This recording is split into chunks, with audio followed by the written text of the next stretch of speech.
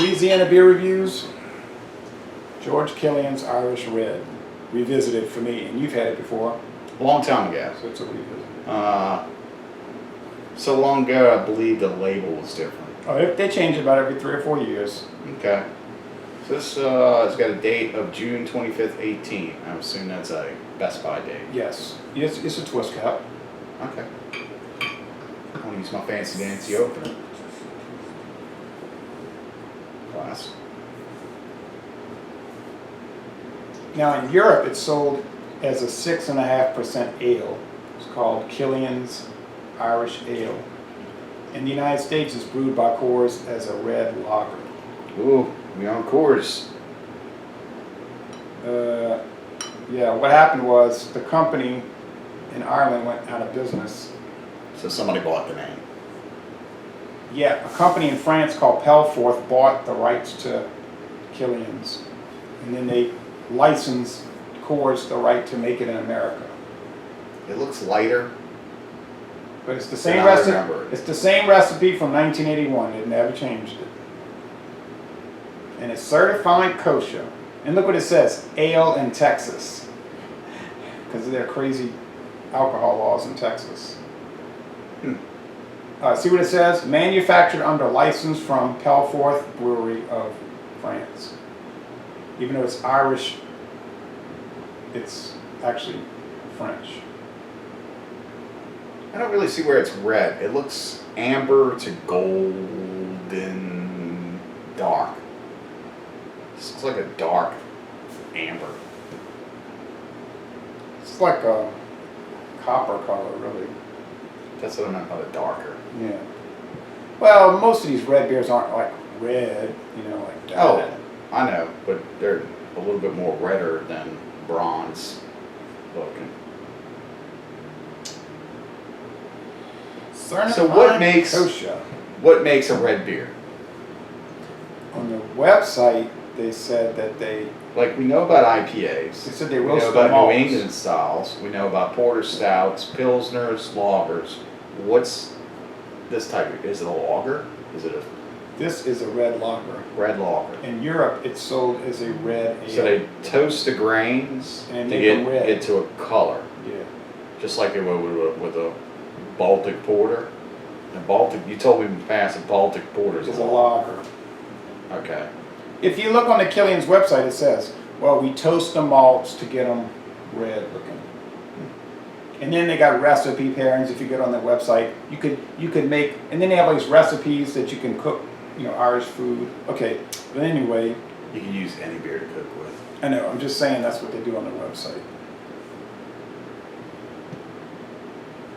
It's not too aromatic. No, it's kind of like Coors, but you don't get a whole lot from it. I was trying to figure out where this was brewed. It says, I don't know if that's an E or a B, E103-10741. The label already said Texas. No, it says it's called ale in Texas. See, in Texas you have to sell it as an ale because the alcohol is probably too high to be sold as a beer. Okay. Texas so has strict. What's the difference between what I've just said? It says in Texas on the label, and what you said no. It says No. ale in Texas. That doesn't mean it's made in Texas. It's just that if they ship it to Texas, they have to call it an ale because of the strange Texas liquor laws. In Louisiana, it's a lager or a beer, but that doesn't even say what it is on the. It just says Irish Red, but it is a lager because I know what the website says.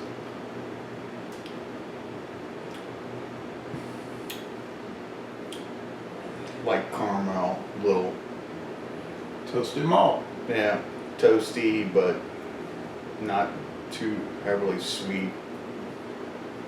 Very slight barley wine taste. Slight. There's a slight barley wine going on with There's this. definitely some sugariness. Good one tasting.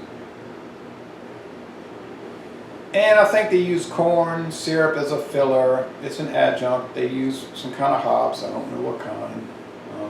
think they just say on the website. Get a little grassiness off the hop, obviously, after you sit there and let it linger on your palate a bit. It's almost like after you breathe, you can taste it. Way on the back. Medium. Way down here in my esophagus. Medium body, kind of crisp. Taste it like at the end of a beard.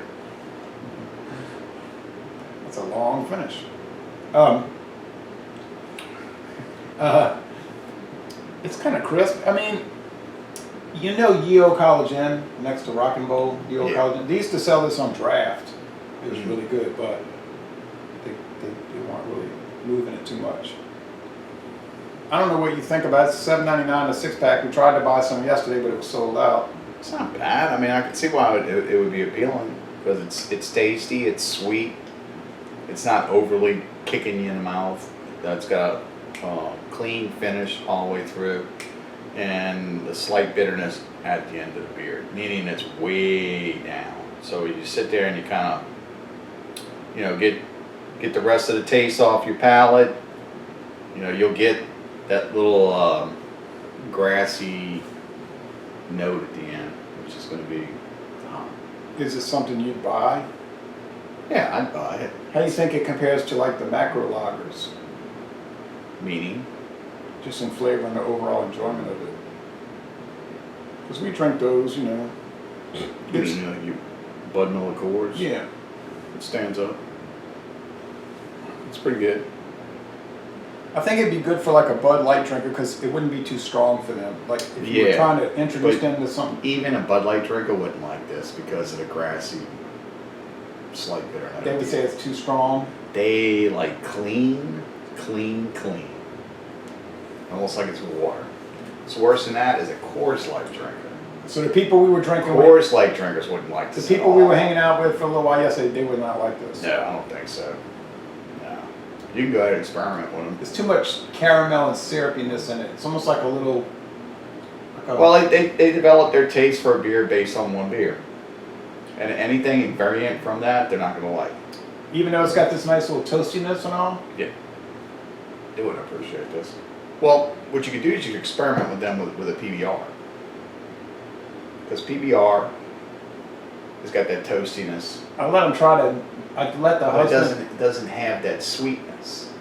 So they're not going to like PBR. If they like PBR, I would introduce them to this beer. I let it. You think that could be a good intermediary between Bud Light PBR and is the gateway. You know the husband we were talking to yesterday? I let him try the Negra Modelo. You should have seen his face when he sipped that. He liked it? He said, his words said, yeah, that's pretty good. But his face said,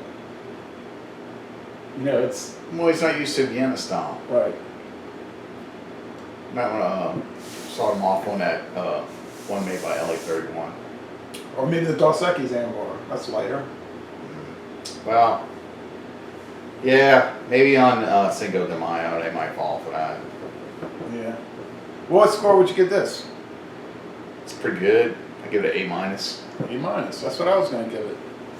Good deal for $7.99. I agree. 6-pack. I don't see the cans anymore. They used to make the little barrel cans, but I don't see the barrel cans anymore. All right, well, so Laissez Les Bon Temps Relais, an excellent beer to an extent, and maybe a good introductory to get people into craft beer if they're open-minded. Sure. Whatever. All right, so y'all come on down to southeastern Louisiana.